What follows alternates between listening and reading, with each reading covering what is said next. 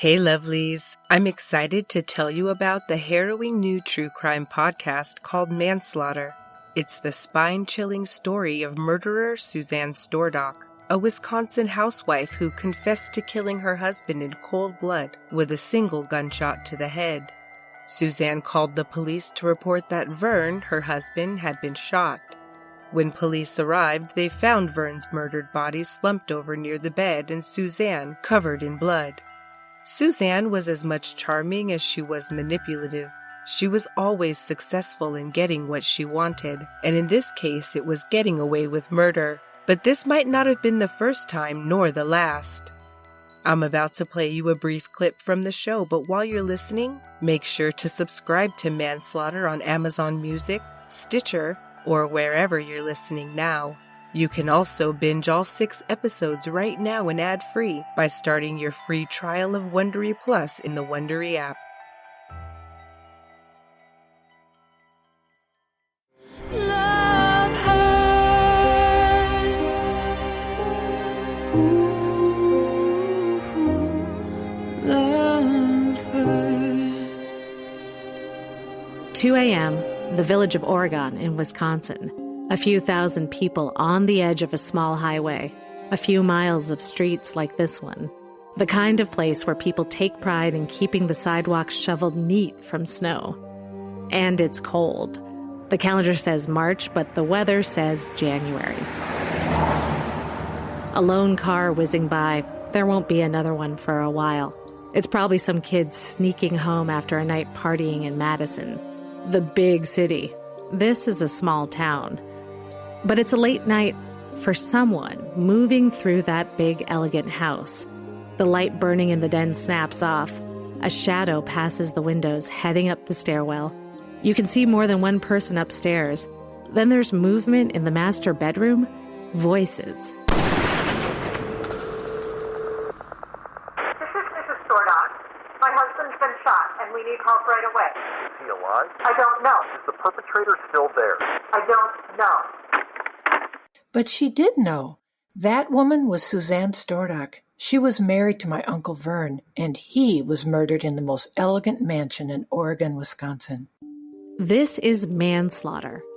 And this next part is hard to hear, hard to look at.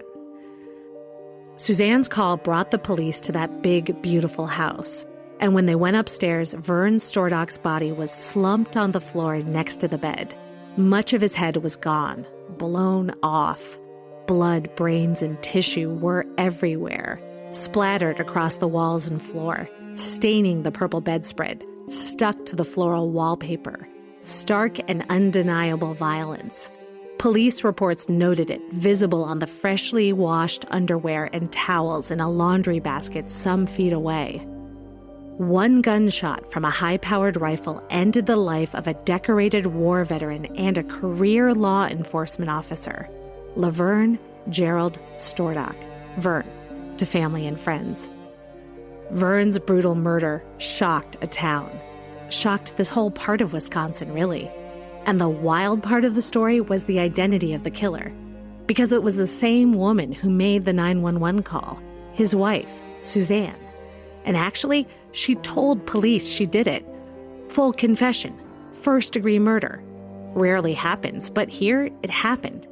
And Vern, he was a police officer, a respected member of the community. His death made headlines. So you might think murder. A cop confessed. Expert defense attorney Christine Funk says that's the kind of thing that has consequences. If you kill a super nice guy who's a member of law enforcement because you were mad at him, you don't need a law degree to know that's not going to get you out of it. They threw the book at her. They locked her up for life. Nobody gets away with something like that, right? Well, no. That's not what happened. By 1971, Suzanne Stordock was a free woman.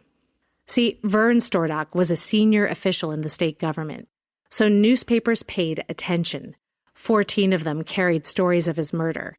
In Wisconsin, Michigan, and Minnesota, not just in the days after, for weeks, for months, for the next few years. But But nothing came of that. There was no sensational murder trial where a jury punished Suzanne for a brutal crime. Instead, the news cycle diminished into a trickle of procedural updates. Suzanne said she did it. There were hearing delays, a new judge, the lead prosecutor, the district attorney himself, handed off the case to a rookie prosecutor to go on an army retreat.